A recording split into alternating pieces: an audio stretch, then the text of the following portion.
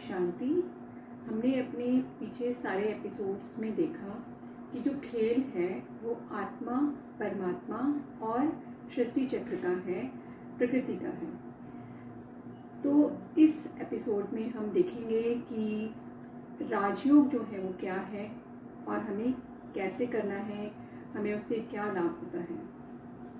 परमात्मा हम आत्माओं को सिखाते हैं कि जो कंट्रोलिंग पावर है, जो रूलिंग पावर है, जो हम भूल चुके हैं, वो इस योग द्वारा वो हमें वापस हमारी स्मृति में लाते हैं और हमें उन पर विजय पाना सिखाते हैं। मीन्स कि वो हमें हमारा मन का मालिक बनाते हैं, हमें हमारे कर्मेंद्रियों का मालिक बनाते हैं और हमें प्रकृति पे विजय पाना सिखाते हैं। जो प्रकृति है, जो हमारी कर्मेंद्रियां हैं, वो हमें बताते हैं कि ये सब हमारी रचना है, ये सब हमारी क्रिएशन है और हम क्रिएटर हैं, मतलब हम मास्टर हैं। दूसरा एक जो इम्पॉर्टेंट फ़ायदा है, इससे जो लाभ है इस योग से, कि हम जब परमात्मा से कनेक्ट होते हैं तो वो हमारे कार्मिक अकाउंट को भी सेटल करते हैं। आज दिन तक दुनिया में ऐसी कोई भी दवा नहीं है कि हमारे पाप कर्म जो है वो कट जाएं, लेकिन हम क्योंकि परमात्मा के सही स्वरूप में, उसके सही धाम में उसके साथ बैठते हैं, उसको याद करते हैं, तो हमारे पाप कर्म भी वो कट जाते हैं। अब जैसे हमने देखा कि जो मेडिटेशन है वो बहुत तरह के होते हैं। जैसे कि अगर हम अपने सांसों पे ध्यान दें तो जो मेरे नेगेटिव और वेस्ट थॉट्स हैं वो थोड़ी देर के लिए रुक जाते हैं और मन शांत हो जाता है। कई बार हम देखते हैं कि जो योग है उसमें कई बार हम श्लोक बोल रहे होते हैं या हम प्रेयर बोल रहे होते हैं, तब भी हम देखते हैं कि हमारे मन को शांति मिलती है। लेकिन ऐसा क्या है इस योग में, जो योग हैं और भी तरह के योग हैं, उनसे ये किस तरह से अलग है।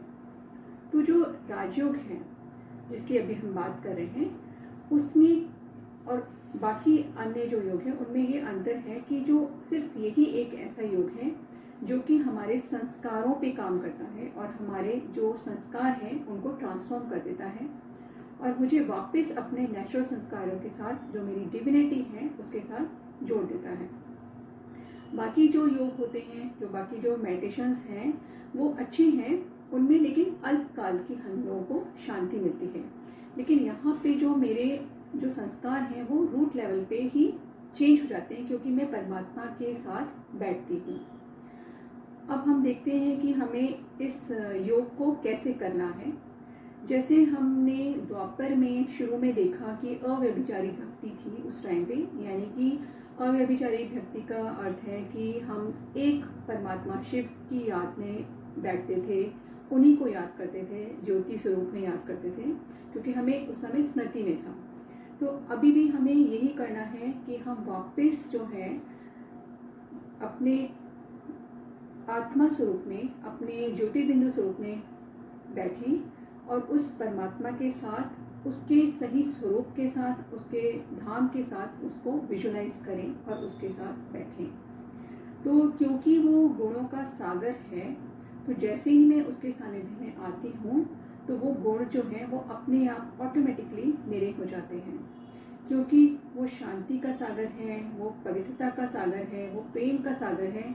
तो उसकी जो प्रेम की किरणें हैं, जो शांति की किरणें हैं, वो मुझ आत्मा के स्वयं के गुण हो जाते हैं।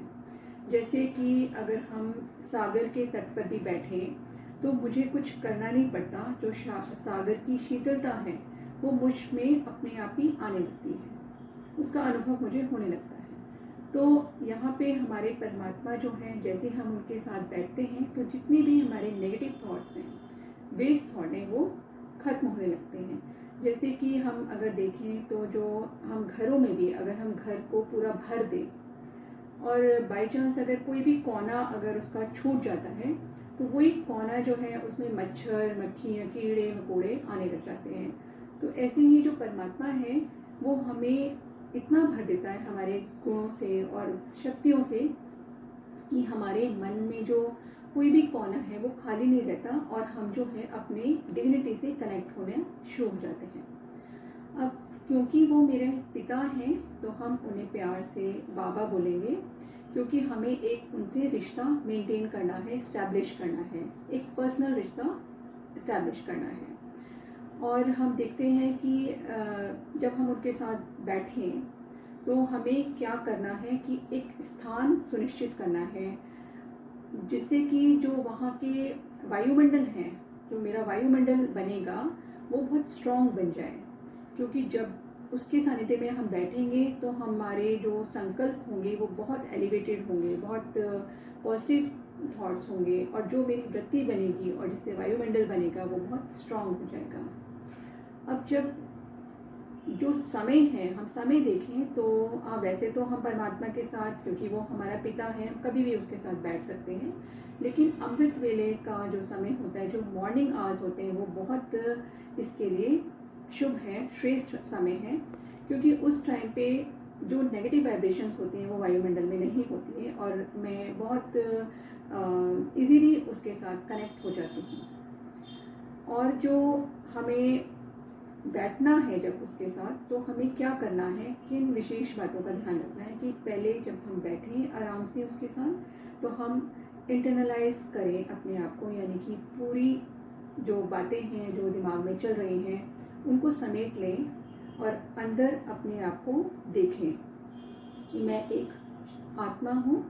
और उसके बाद हम परमात्मा को और उसके घर को विजुलाइज करें और उससे कनेक्ट हो जाएं। जब हम उससे कनेक्ट होंगे तो हम धीरे धीरे अपने आप ही शांत होने लगेंगे, उसकी वाइब्स को महसूस करने लगेंगे। उसके बाद हम अपने जितने भी थॉट्स हैं जो ऑटोमेटिकली भी हमारे चैनलाइज होने शुरू हो जाएंगे। जब हमारे थॉट्स चैनलाइज होंगे तो हमें एक हल्केपन का अनुभव होगा, महसूसता होगी, जो कि सारे दिन पे इफ़ेक्ट डालेगी। और उसके बाद हमें रियलाइज़ करना है वो सारे दिन अपने साथ। और जब हम उससे कम्युनिकेट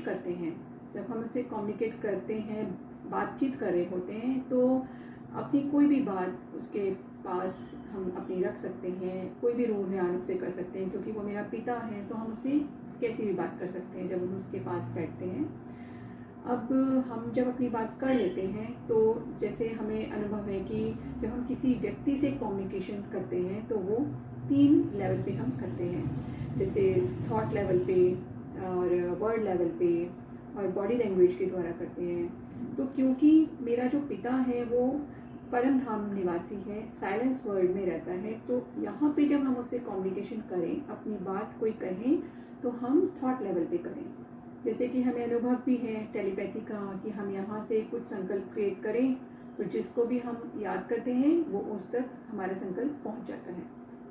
सेम परमात्मा के साथ भी जब हम उसे विजुलाइज करते हैं तो हम जब उससे कम्युनिकेट करें तो हम उससे अपनी कोई भी बात कर सकते हैं। और अब ये देखना है कि उनका आंसर हमें कैसे मिलेगा।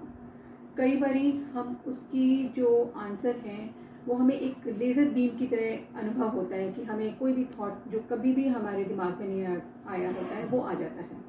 दूसरा, हम उसके वाइब्स को महसूस करते हैं। तीसरा, हम देखते हैं कि हम में धीरे धीरे ट्रांसफॉर्मेशन होना शुरू हो जाता है, हमें पता भी नहीं चलता कि कब हम अपने नेचुरल संस्कार की तरफ मुड़ गए हैं।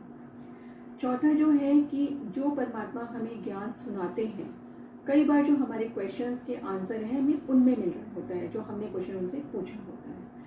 आने वाले एपिसोड्स में हम देखेंगे कि जब जो वो हमें ज्ञान सुनाते हैं ब्रह्मा मुख द्वारा, उनमें वो क्या आंसर्स हमें देते हैं, उनका हम अध्ययन करेंगे और हम राजयोग का भी अनुभव करेंगे। ओम शांति।